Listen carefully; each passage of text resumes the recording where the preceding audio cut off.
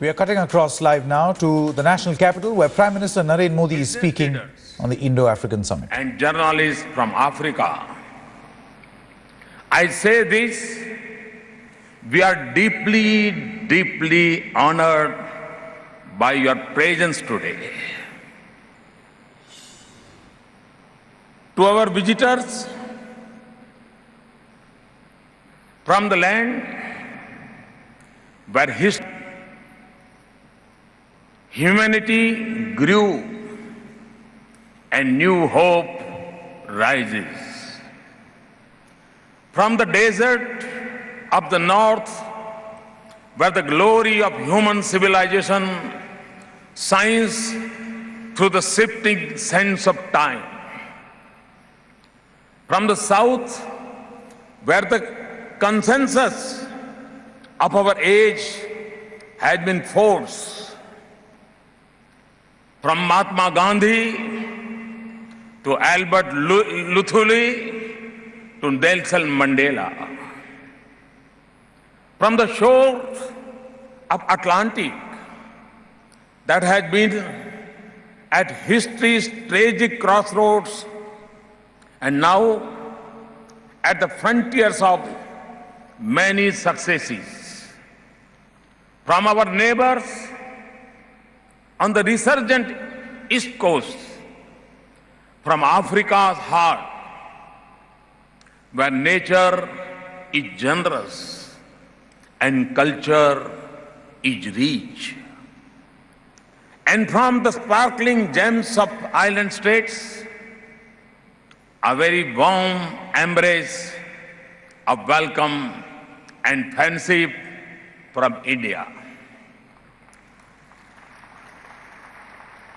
Today, it is not just a meeting of India and Africa.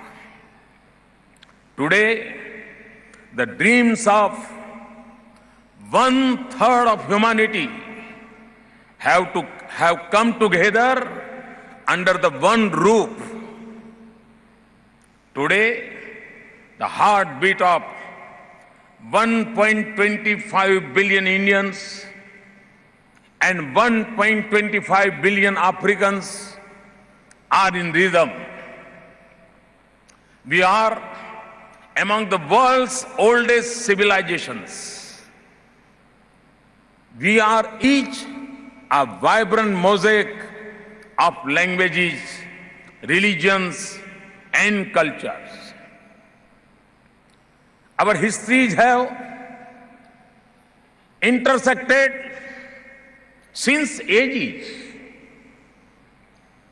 Once united by geography, we are now linked by the Indian Ocean. The currents of the mighty ocean have nurtured the ties of kinship, commerce, and culture through centuries. Generations of Indians and Africans have traveled to each other's land in search of their destiny or by the force of circumstances. Either way, we have enriched each other and strengthened our ties. We have lived in the long shadow of colonialism, and we have fought for our liberty and our dignity. We have struggled for opportunity and also for justice, which is the African wisdom described is the prime condition of humanity. We have spoken in one voice in the world, and we have formed a partnership of prosperity among ourselves. We have stood together under blue helmets to keep peace, and we have fought together against hunger and disease. And as we look to the future, there is something precious that unites us. It is our youth. 2/3 of India and 2/3 of Africa is under the age of 35 years. And if the future belongs to the youth, then this century is ours to shape and build.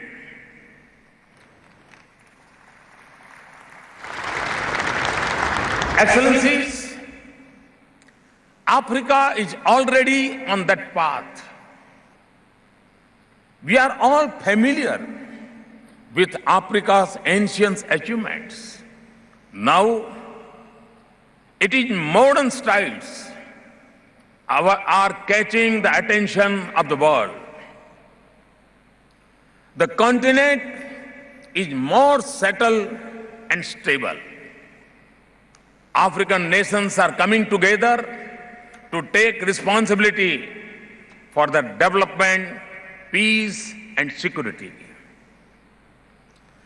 African struggles and sacrifices are upholding democracy, combating extremism, and empowering women. Women now constitute around 20% of the elected members of parliament in Africa. To one who has played a role in that, President Sirleaf, I extend our best wishes on your birthday today.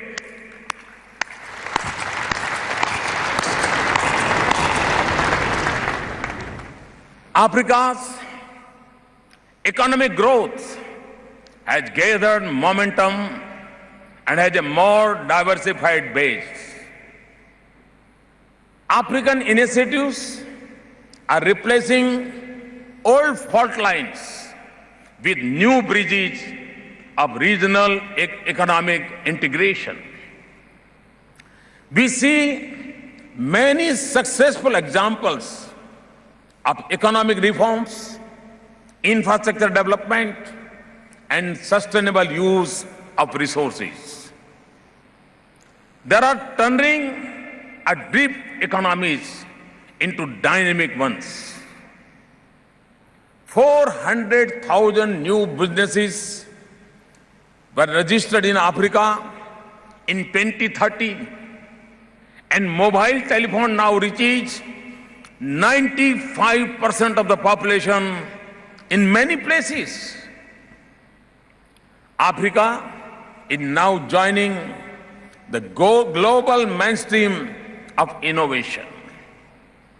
The mobile banking of M-Pesa, the healthcare innovation of Made Africa, or the agriculture innovation of Agri-Manager, and Kilimo Salama are using mobile and digital technology to transform lives in Africa.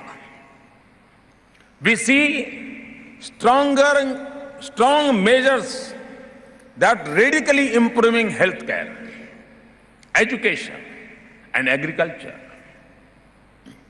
Primary school enrollment in Africa now exceeds 90%.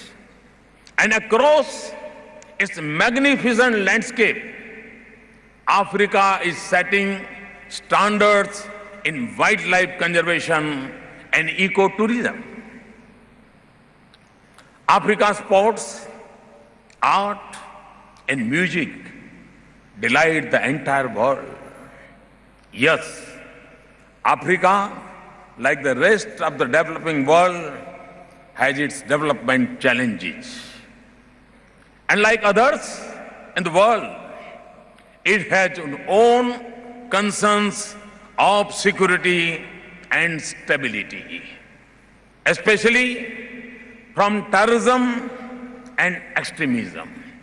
But I have confidence in African leadership and the African people to rise to those challenges. Excellencies, for the past 6 decades, so much of our independent journeys have been together. Now, so much of India's development priorities and Africa's lofty vision for its future are aligned. Today, Africa and India are two bright spots of hope and opportunities in the global economy. India is honored to be a development partner of Africa. It is a partnership beyond strategic concern and economic benefits. It is from the emotional bonds we share and the solidarity we feel for each other. In less than a decade, our trade has more than doubled to over $70 billion. India is now a major source of business investments in Africa. Today, 34 African countries enjoy duty-free access to the Indian market. African energy helps run the engine of the Indian economy. It is the resources are powering our industries, and African prosperity offers growing market for Indian products. India has committed $7.4 billion in concessional credit and $1.2 billion in grant since the first India-Africa summit in 2008. It is creating 100 capacity building institutions and developing infrastructure, public transport, clean energy, irrigation, agriculture, and manufacturing capacity across Africa. In the last 3 years alone, nearly 25,000 young Africans have been trained and educated in India. They are the 25,000 new links between us. Excellencies, there are times when we have not done as well as you have wanted us to. There have been occasions when we have not been as attentive as we should be. There are commitments we have not fulfilled as quickly as we should have. But you have always embraced India with warmth and without judgment. You have rejoiced in our success and taken pride in our achievements. And you have stood for us in the world. This is the strength of our partnership and our friendship. And as we travel on the road ahead, we will do so with the wisdom of our experience and the benefit of your guidance. We will raise the level of our support for your vision of a prosperous, integrated, and united Africa that is a major partner of the world. We will help connect Africa from Cairo to Cape Town, from Maracas to Mombasa. Help develop your infrastructure, power and irrigation. Help add value to your resources in Africa and set up industrial and information technology parks. Excellencies, As the great Nigerian Nobel laureate Wole Soyinka instituted, human entity remains in the primary asset in overall development. Our approach is based on the same belief that the best partnership is one that develops human capital and institutions that equip and empowers a nation to have the freedom to make its own choices and shoulder the responsibility for its own progress. It also opens doors to opportunities for the youth. So, development of human capital in every walk of life will be at the heart of our partnership. We will open our doors more. We will expand tele-education, and we will continue to build institutions in Africa. The Egyptian Nobel Prize winning writer Najib Mahfouz said, "Science brings people together with the light of its ideas and prods us towards a better future." There can be no better expression of the ability of science to unify people and advance progress. So technology will be a strong foundation of our partnership. It will help develop Africa's agriculture sector. Africa has 60% of the world's arable land reserve and just 10% of the global output. Agriculture in Africa can drive the continent's march to prosperity and also support global food security. India's expertise in healthcare and affordable medicines can offer new hope in the fight against many diseases and give a newborn a better chance to survive. We will also collaborate to develop Indian and African treasures of traditional knowledge and medicines. We will make available our space assets and technology. We will use the possibilities of digital technology to transform development, public services, governance, disaster responses, resource management, and quality of life. We will expand and extend the Pan-Africa e-network conceived by late President APJ Abdul Kalam, which links 48 African countries to India and to each other. This will also help set up your Pan-Africa Virtual University. We will work to reduce digital divide within Africa and between Africa and rest of the world. We will cooperate for sustainable development of blue economy that will become important future drivers of our prosperity.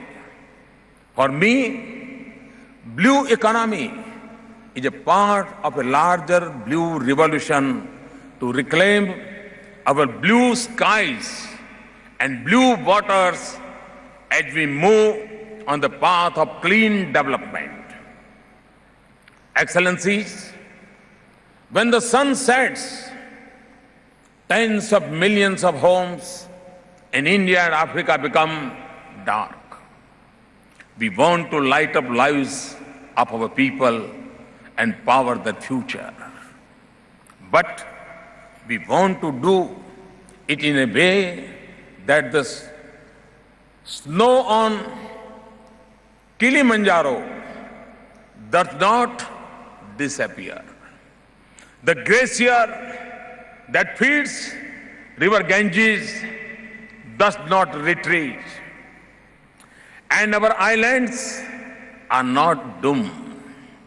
No one has done less to contribute to global warming than India and Africa.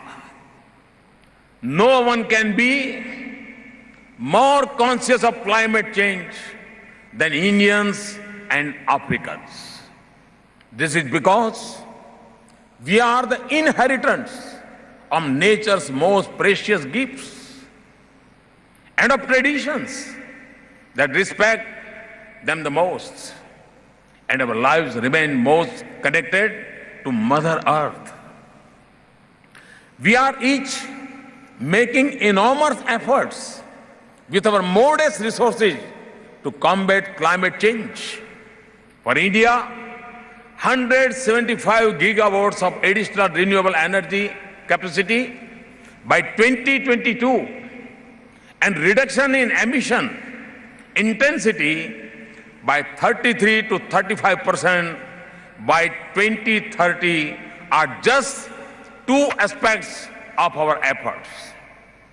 We will also deepen India-Africa partnership on clean energy, sustainable habitats, public transport, and climate-resilient agriculture. But it is also true that the excess of few cannot become the burden for many.